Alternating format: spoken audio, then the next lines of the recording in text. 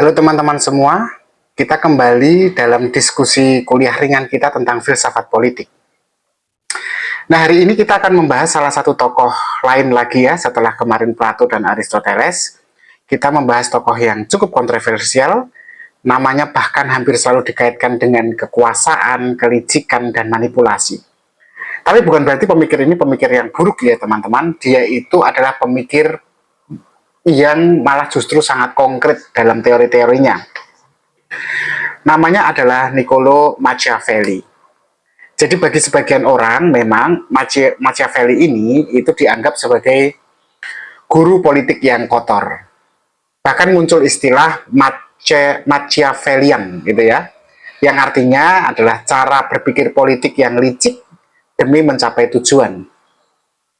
Tapi sebenarnya ya teman-teman yang harus diketahui, apakah memang Machiavelli mengajarkan kejahatan, ataukah dia cuma berusaha jujur menggambarkan kenyataan politik yang memang penuh dengan intrik dan perebutan kekuasaan. Maka mari kita kenali Machiavelli lebih dekat. Teman-teman, Machiavelli ini hidup pada masa Renaissance ya, di Italia, sekitar abad ke-15. Jadi teman-teman coba bayangkan dulu di masa itu.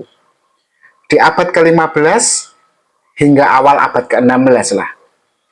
Di masa dimana pencerahan mulai berkembang kuat sebelumnya ya, maka muncul Renaissance, kembali ke kebudayaan Yunani kuno, ceritanya begitu. Nah, saat itu perlu dipahami konteksnya, Italia, tempatnya Machiavelli hidup, itu bukan negara yang bersatu seperti sekarang ini ya. Italia itu terpecah-pecah dulu, jadi negara-negara kecil ya, atau sering disebut sebagai polis atau negara kota. Di situ ada Firenze, Venesia, Milan, juga Roma. Nah, untuk Roma ini di bawah kekuasaan Paus. Sedangkan yang lain itu kekuasaan sipil. Nah, politik di Italia dulu itu digambarkan nggak seperti sekarang, yaitu keras. Penuh perang antar negara kota, maupun antar tokoh. Penuh pengkhianatan dan perebutan kekuasaan di mana-mana. Machiavelli sendiri pernah jadi pejabat publik di Republik Firenze. Nah, dari situlah dia merasakan bagaimana rasanya berada di pusaran kekuasaan. Dan bagaimana rasanya jatuh, di penjara, bahkan disiksa ketika rezim berganti. Pengalaman pahit Machiavelli ini tampaknya dalam pikiran saya yang membuat dia kemudian melihat dunia politik dengan cara yang paling jujur, bahwa dunia politik bukanlah tempat yang ideal. Politik bukan seperti yang digambarkan Aristoteles dan Plato sebagai panggung moralitas, tetapi sebagai arena kejam perebutan kekuasaan yang memang sama sekali tidak bermoral. Pandangan Machiavelli ini kemudian dia tuliskan dalam karya dia yang paling terkenal, Il Principe, atau kalau diterjemahkan berarti Sang Penguasa, di mana di situ dia bukan menulis kumpulan teori abstrak, tapi justru panduan praktis bagi seorang pemimpin yang ingin mempertahankan kekuasaannya. Nah, di buku itulah muncul gagasan-gagasan yang sampai hari ini masih dianggap kontroversial. Misalnya begini, dalam buku itu teman-teman akan menemukan salah satu gagasan Machiavelli yang mengatakan begini, seorang pemimpin itu tidak boleh naif. Maksudnya, kalau pemimpin itu ingin bertahan, dia harus siap melakukan apa saja. Jadi, sangat wajar ketika pemimpin itu menipu, melanggar janji, bahkan menggunakan kekerasan. Semua demi menjaga kestabilan negara. Karena kalau negaranya stabil, maka pemimpin itu akan tetap dinilai baik oleh masyarakat. Maka bagi Machiavelli, tujuan negara ini jauh lebih tinggi, lebih penting daripada aturan-aturan moral individual, atau dalam hal ini moral sang pemimpin itu sendiri. Mungkin teman-teman juga pernah mendengar kalimat yang sering kali dikaitkan dengan Machiavelli, seperti petikan lebih baik ditakuti daripada dicintai. Nah, bagi Machiavelli, cinta rakyat itu memang baik. Pemimpin yang dicintai rakyat itu ideal. Tapi bagi Machiavelli itu rapuh. Cinta itu bisa berubah-ubah. Sekarang cinta, besok tidak. Tapi rasa takut itu akan tetap membuat orang patuh. Idealnya, seorang penguasa itu dicintai tetapi sekaligus ditakuti. Tapi kalau kita harus memilih antara dicintai atau ditakuti, Machiavelli mendorong kita untuk lebih baik ditakuti. Nah, inilah yang kontroversial dari Machiavelli. Dengan pemikiran semacam itu, Machiavelli kemudian seolah memisahkan nih antara moral pribadi dan moral politik. Seolah keduanya itu berbeda dan tidak nyambung. Seorang pemimpin boleh berpura-pura baik, berpura-pura ramah, dan penuh belas kasihan di depan rakyatnya. Tapi di balik layar, dia harus siap untuk bertindak keras dan kejam. Moral dalam politik semacam itu tentu saja bukan moral politik yang ideal ya. Tapi kalau bagi Machiavelli itu ideal. Karena moral dalam politik adalah soal bagaimana menjaga negara tetap stabil, kelangsungannya tetap aman, dan bukan demi menjaga kepentingan moral individu atau citra pribadi. Nah, Machiavelli juga memperkenalkan dua konsep penting lainnya, teman-teman, yaitu fortuna dan virtue. Fortuna itu adalah fortuna ya, seperti biasa keberuntungan nasib. Sesuatu yang berada di luar kendali kita.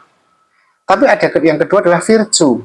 Virtue ini adalah kemampuan manusia, atau dalam hal ini berarti keberanian, strategi, dan kecerdikan untuk mengendalikan nasib itu. Maka dari dua ini, Machiavelli berpikir begini, seorang pemimpin hebat menurut Machiavelli adalah mereka yang tidak pasrah pada fortuna, pada nasib, tapi berusaha menundukkan nasib dengan virtu atau kekuatan, kecerdasan, dan strategi.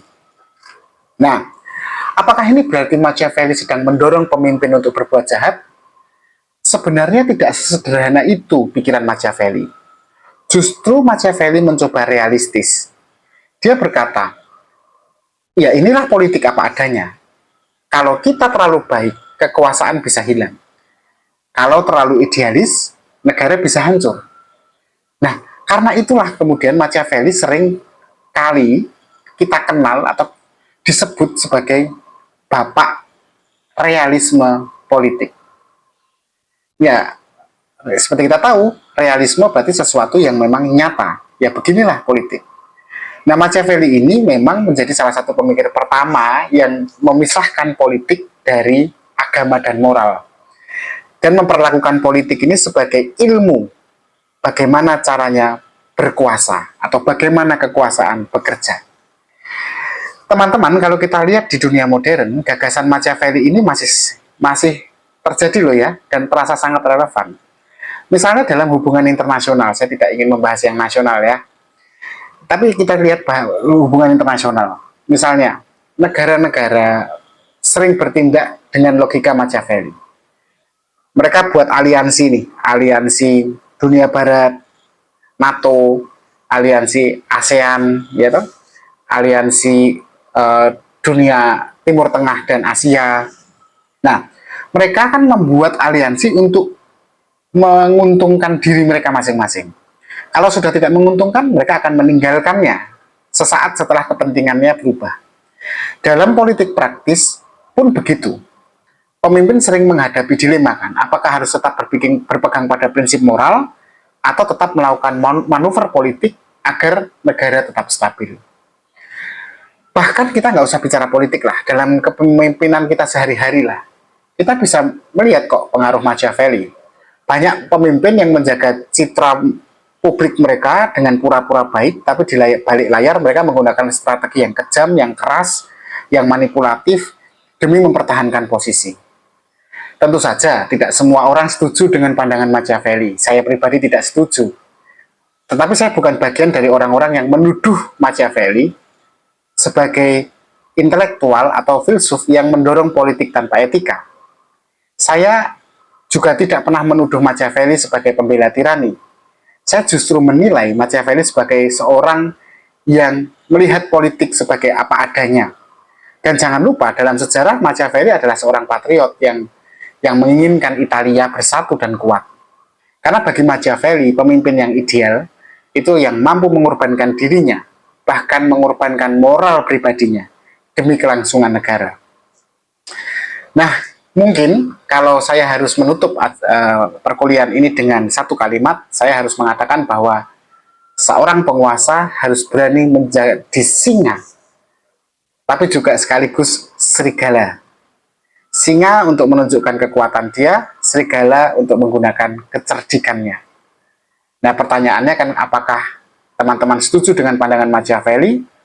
Apakah demi negara pemimpin harus mengorbankan nilai moralnya sendiri?